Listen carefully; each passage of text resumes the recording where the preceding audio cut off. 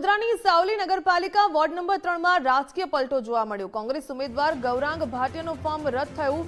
ચકાસણી દરમિયાન અનેક ખામી જણાતા ફોર્મ રદ કરવામાં આવ્યું તો વોર્ડ નંબર 3 માં કોંગ્રેસને મોટો ઝટકો। ભાજપ ઉમેદવાર અંકિત રાણા બિનહરીફ જાહેર થયા। સ્પર્ધા વગર ભાજપને સીધી જીતનો રસ્તો સાફ થયો। સાવલી રાજકારણમાં ચર્ચાઓ તેજ બની।